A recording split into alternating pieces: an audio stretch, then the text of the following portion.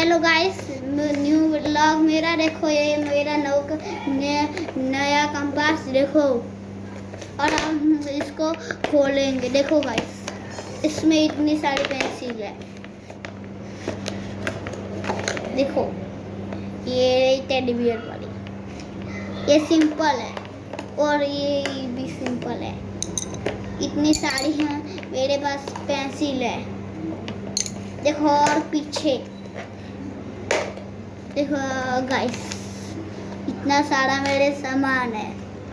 देखो ये eraser colourful, ये स्केल, ये वो बड़ा इरेजर, ये दो लाल शार्पनर और ये भी शार्पनर। देखो गाइस,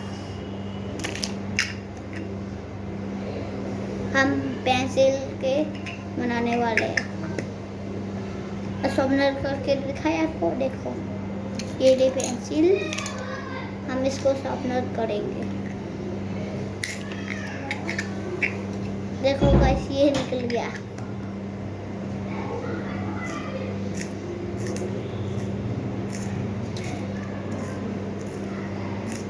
देखो गाइस, ये सुल गई और ये कचरा बाद में रखेंगे। तो गाइस देख लिया आपको। Bye bye guys.